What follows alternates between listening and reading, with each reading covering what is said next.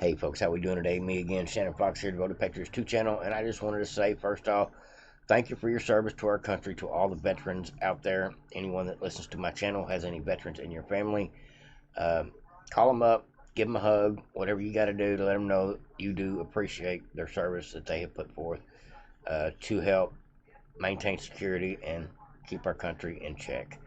Now, I do have a video article here for you. It is a little bit crazy. This came out a couple of days ago, and I've got another little bit of information at the end that ties this all together, which is just a little bit crazy as well. So please stick around to the end, folks.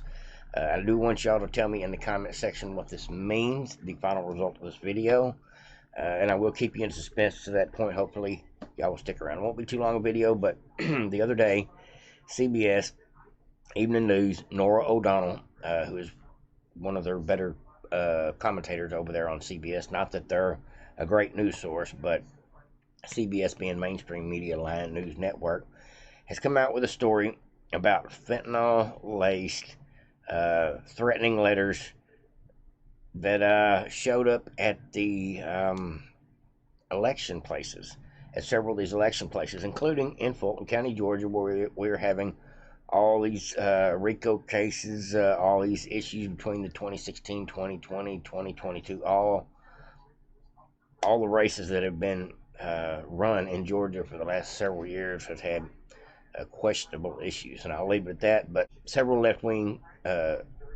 swinging cities in some of these swing states have been targeted by this election envelope situation.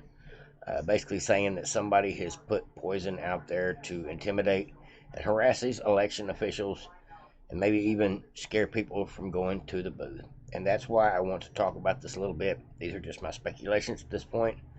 It's a very good possibility this really happened. It's a very good possibility this was a black op or a psyop, and I'll explain why before the end. So stick around, folks. But at this point, I've been worried about this possibility since the beginning of Joe Biden's downfall in government. I think maybe they won't let us have an election, kind of like Zelensky's doing over in Ukraine. Maybe they'll say we're at war and we don't deserve an election. Or maybe they will go back to the drop boxes and the stuffing of the ballots and the all the crazy antics of the 2020. And I don't think they'll be able to do it on a premise of the COVID anymore. But I think if they do it on the premise of it's not safe to go to your voting booth because of stories like this one here about the fentanyl-laced letters. I don't know if this is a real deal. I don't know if it's a false flag. Maybe this is just a trial run to see what kind of reaction the media gets out of it. That would be my guess and assumption.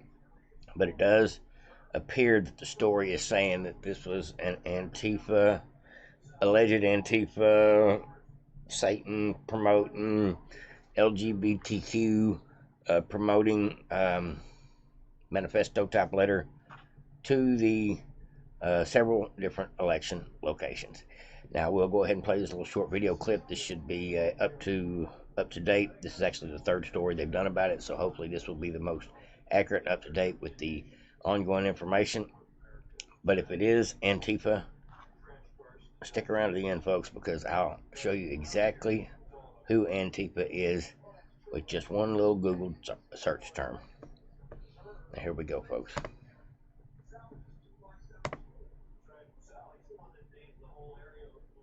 The letter in Georgia is among more than a dozen sent to election offices in at least 5 states. One letter says, "End elections now."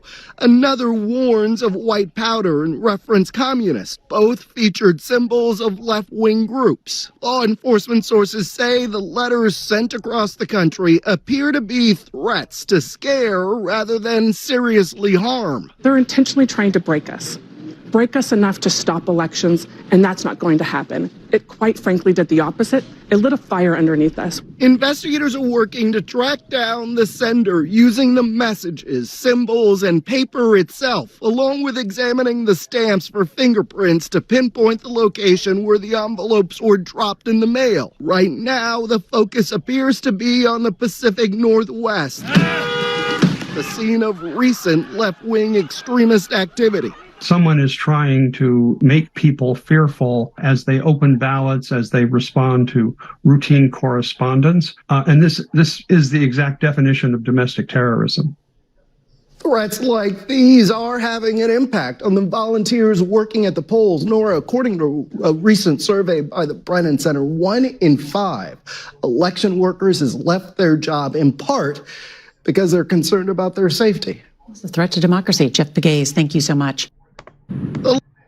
A threat to democracy. Had to throw that term in there right there at the end. You see that, folks? I don't know what to think about the situation. This may be a false flag situation. This may be a trial run to see if they can possibly get people to go back to the whole Dropbox process because of the fear of going to the polling places due to the fact that there is possible contamination.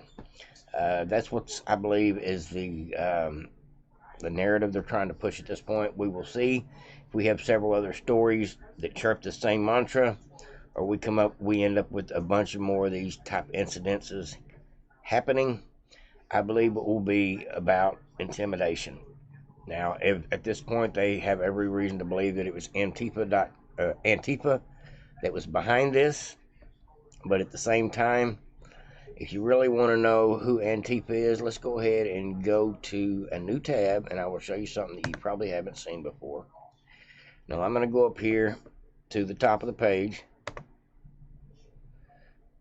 and I'm just going to do my due diligence and type in the word, how about Antifa? And you can do this on Google as well, .com. Now look at here, folks. If you didn't already know, when you hit Antifa.com, where does it take you? It takes you none other than the White House press page. Now that's a fun fact for you folks. So this is my scenario here. If Antifa.com is actually WH.gov, and these letters allegedly came from Antifa to intimidate the people in the election process, does anybody else but me think that these coincidences are not just coincidences? Discouraging people from voting at this point only helps the Democrats, because Trump supporters are going to get out there and vote. Everybody knows Biden doesn't have the numbers. Antifa is not going to, or any of these left-wing groups are not going to do anything to hurt their version of democracy, which is the Democrat Party.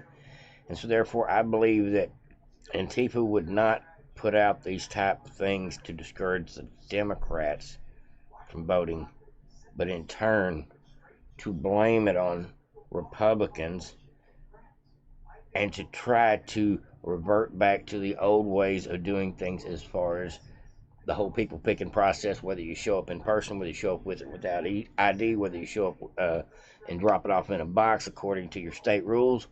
You see, if we get in a false flag situation where they make it dangerous, a threat to democracy to go vote, well, then they will try to revert back to some of these martial law type tactics with the drop boxes and things. And I believe that is the final end scenario.